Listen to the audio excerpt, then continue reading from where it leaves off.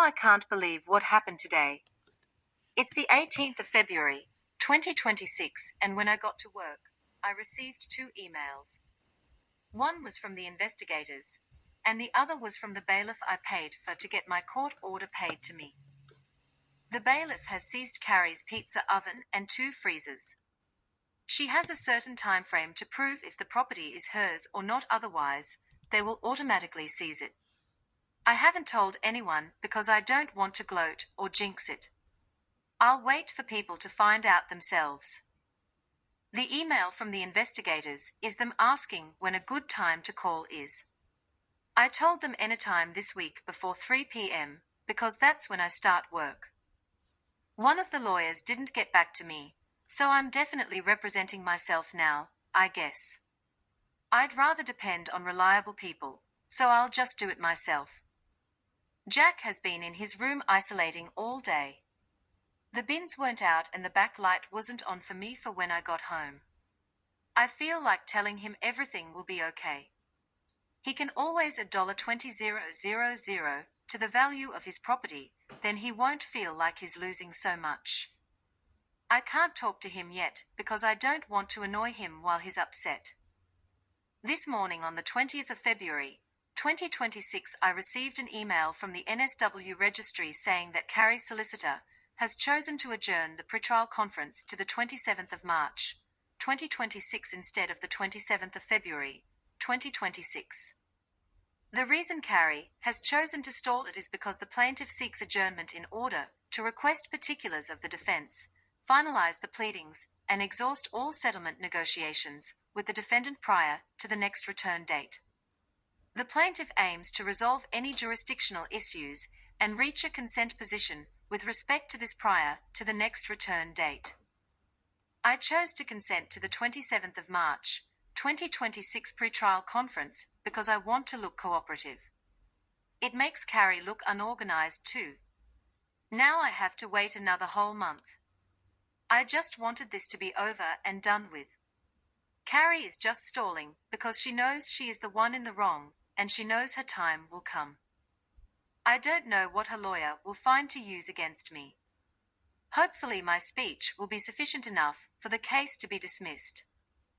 I ended up telling Jack yesterday about Carrie and her pizza oven and freezers, which might become repossessed by the bailiff if she doesn't prove she doesn't own them.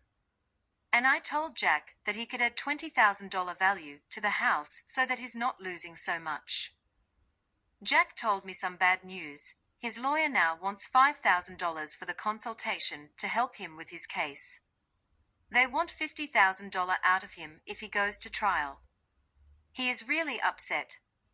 I asked him if he wanted to go to the bottom pub, not Carrie's pub of course, so he can be social, because it's not healthy to isolate away when there are people who can help and just by talking to people it can help you.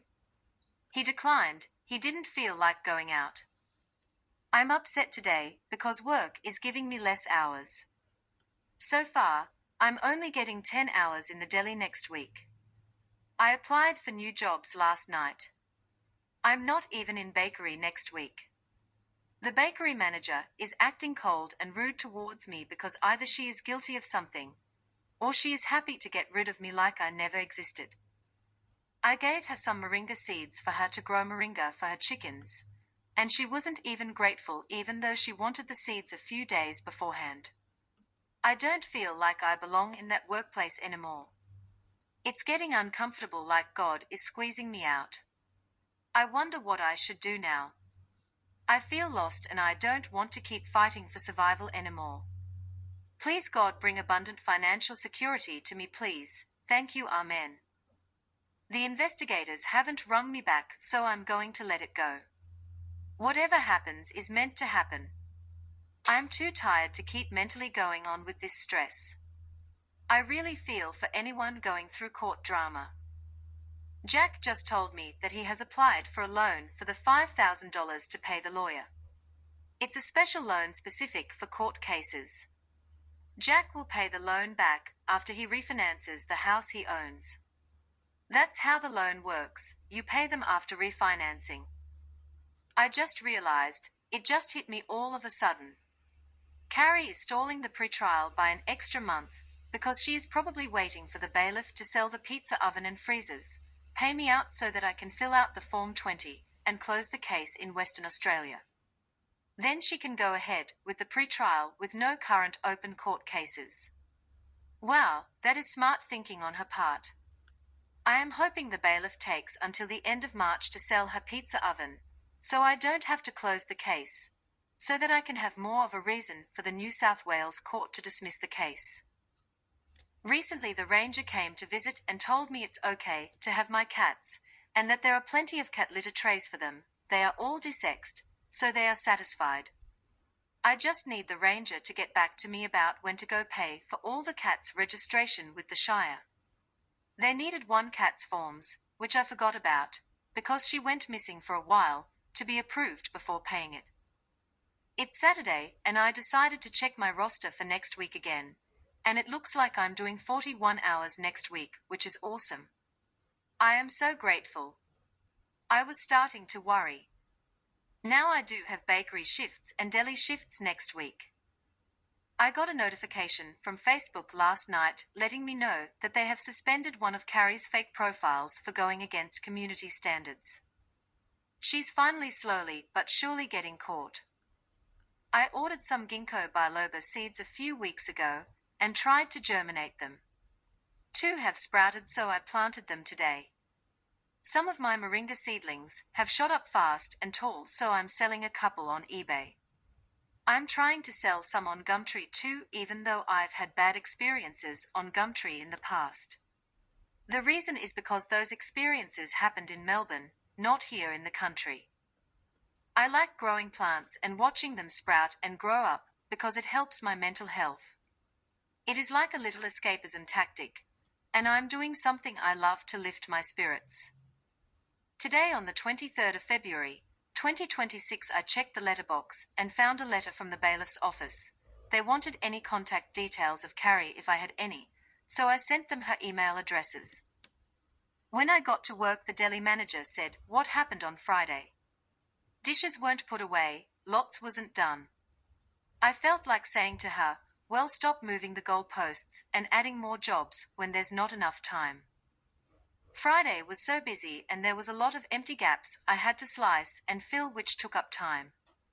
I just told her I didn't have enough time to do everything. My deli manager wants everything left until last minute, then expects everything done and clean, and on top of that, extra jobs too. She saw I was doing 41 hours and took hours off me, apparently because I'll be doing overtime, but I don't think she accounted for my lunch breaks. I was so angry today. There's a lot of crazy drivers too. I think it's because of the moon tonight. It's very yellow and eerie. Today, the 24th of February, 2026, was hectic in the bakery. There were a few sickies, and the bakery manager is away. Me and the co-workers weren't taught everything on what to do, so we winged it, and managed to get everything done. The freezer looks like a bomb hit though, because we smashed out the load and put everything onto roll cages. I'm in the bakery tomorrow morning, so I'll try and sort through it properly if I have time. Also, after work today on the 24th of February, 2026, as I was walking to my car, I noticed 2 big screws under my right front tire. 2 brand new BX screws. I'm wondering if it was put there by Carrie, or her family members, or someone else. I'm not sure whether to contact center management. I told my store manager so that she's aware. I noticed that a scrape I have on my car now has a dint in that spot. Looks like someone has punched a perfectly round dint there or pushed a shopping trolley into my car. I was so upset when I noticed that. Last night on the 26th of February, 2026, I was about to fall asleep, then I received a message over Messenger from a work colleague having a passive-aggressive dig at me. She said, "Good job with the YouTube video about deli. You should have been able to cope with other work colleague filling express, and you doing Thorbacks. Oh, lots wrong there by the way, and filling chubs in cabinet for Gap scan, obviously too concerned about YouTube videos, not happy. None of that is even correct. Firstly, I walked into my shift with a bombardment of things to do. everything was empty. Secondly, the other colleague was only in there for an hour on my shift. She was busy with online orders. She even stayed back 10 minutes to do some dishes because it was so busy. I had to slice lots of ham and salami and do all my usual jobs that I have to get done. The lady that messaged me was offloading her jobs she usually does onto me. It was also busy, and I could only do so much in 5 hours. The YouTube video I made on my other channel was an instructional video on how to do things in a general deli. I made the video ages ago too. I've decided to set the video as hidden from the public now. Well, last night after that message, my mind went to the worst case scenarios of what will happen. I'm already dealing with so much stress. I said to God, just let them fire me then. I cried a lot last night. I feel attacked. I don't know what will happen when I go back to work next. Will I get fired? Will they cut my hours? I don't trust anyone and I feel like shrinking into a small ball. Today I'm going to go for a drive to Denmark to get my mind off everything and maybe go for a swim at the beach if the water is nice. I went to Denmark today. It was an absolutely beautiful day, and I had the whole beach to myself. I went swimming, then sunbaked and went to Denmark Tavern for a late lunch. Before I drove home, I received a phone call from the investigators in Perth. They told me that Carrie and I have two very different stories from each other. The thing is though, my side of the story is the true one. Apparently, Carrie told the investigators that she gave me the phone number that she impersonated a lawyer on, as a work phone number. I told the investigators that's wrong. Carrie used that number to impersonate a lawyer on. The investigators said they will make a decision through the board in late March. They also asked if I have any old messages from Carrie. I told them no, I don't, because when I blocked her, it all got deleted. I am not sure what will happen, who they will believe. I want all this to be over so I can get on with my life and enjoy it. I want to be as authentic as possible in my book, so I'll talk about what has happened in the past week up until now. I joined a dating website again. I know I said I wouldn't, but I'm only human, and found a crush I had on there from 2 years ago. I met him about 2 years ago when I worked at the pub. I didn't like him at first, and he always asked me to go to his house. I kept turning him down and saying no, I don't do that, I'm not that type of girl. One day I had an intimate dream about him, then Cupid's arrow hit my heart, but by the time I saw him again it was too late, and he found a girlfriend. He has always been in the back of my mind even when dating other guys. I feel bad about that, but it's the truth. I always felt a magnetic attraction to him. A while ago when I worked at the pub, he walked in with his girlfriend, and I went bright red and dropped a 6-pack of beer all over the floor. Then when I worked at the chemist he came in with his girlfriend, and I went bright red, and was stumbling and trying to keep calm. I think his girlfriend could tell I was into him. He makes me feel so hot and out of control. And when I worked at the cafe, he came in and bought a coffee. I made his coffee wrong, because I was still learning. I felt disappointed in myself, and he never came back again. I saw him ages ago on the dating website, but I accidentally swiped left and kicked myself for it. For the purpose of this book, I will name him Mark so that I can keep his identity hidden. Recently I found out Mark is not in a relationship anymore, and I swiped right on his profile to show I'm interested, and we both matched. He is absolutely gorgeous. A heartbreaker kind of guy who has long dark blonde locks of hair, big shoulders and strong muscles. Tall, a dream guy. It turns out Mark lives directly 2 streets away. I went to his house. We had drinks. He gave me a drink in a jar, which I thought was weird and made me feel suspicious a little bit. I cautiously drank it. We went inside. He put a show on the TV. We talked about what we both wanted out the situation. I said I'm looking for long term. Mark said he only wants short term for now. He said we should be friends with benefits living so close together. He was saying it's almost too convenient. I said, but someone is bound to get hurt from that. He said no, as long as no one crosses the line. I said, how do we know where the line is? We continued watching the show, then he gets close to me. I touch his back, then he takes my hand and passionately pulls me to his bedroom. Mark gave me the best passionate sex I've ever had. He was like a wild, passionate animal. I know I keep saying every date is the best I've ever had, but he knew how to touch me in the right ways, unlike anything I've ever experienced.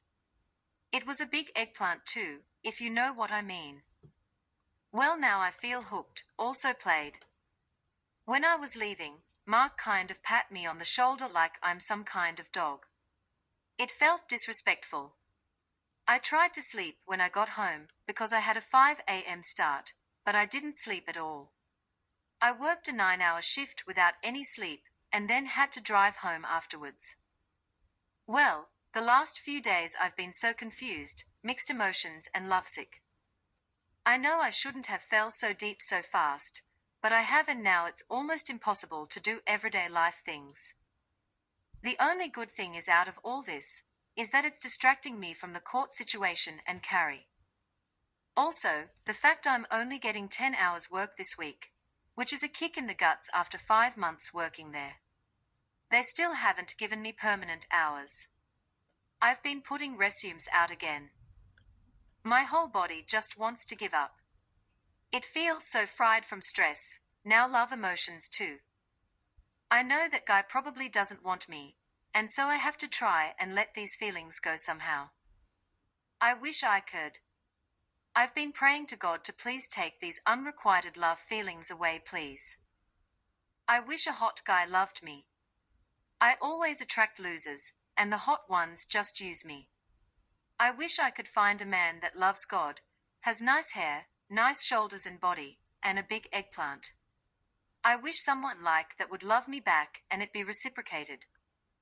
I have literally been laying on the couch with love sickness all day every day, not being able to eat or sleep properly. I need help from God. I think the reason I feel this badly in love is because I have liked the guy for so long. He has the same name as my dad though, so that's another deal breaker. I guess it was a one-time fling, and I need to toughen up and banish the emotions towards him. It's the 3rd of March, 2026, and another day passes by with no contact from Mark. I have to try and force myself to eat breakfast. I have to work today, so that will be a good distraction. I need to learn how to let go of attachment. I watched videos on YouTube about lemonancy, which is pining for someone you can't have, to help let go of the attachment issues. All I want to do is move far away and start a new life and get out of my head. I can't help but stalk his Facebook page and look at photos and videos of him. I am out of control.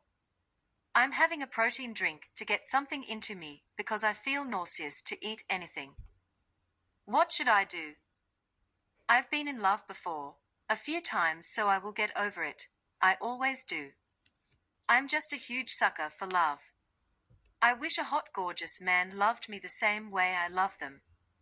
Will that ever happen for me? Could difficulty in finding genuine love simply be a matter of unfortunate karma? Jack has his friend staying over for a few weeks, and it is getting on my nerves. Not only do I already have no privacy, but now I also have limited access to my clothes in the room he's staying in. His friend is sleeping in a swag on the floor. Now there's 2 men floating around in my space. I feel like my personal space is invaded. I need a rental or something. I have to get out of here. I feel drained because I have an unstable job, unstable living situation, and unstable love situation. I am so let down. Can God please bring me a miracle? I need divine help and assistance in my life. I want to cry. God, if you're listening, please help me. God, give me the strength to keep going on, please. Also, today the 3rd of March, 2026, I went to my shift for deli.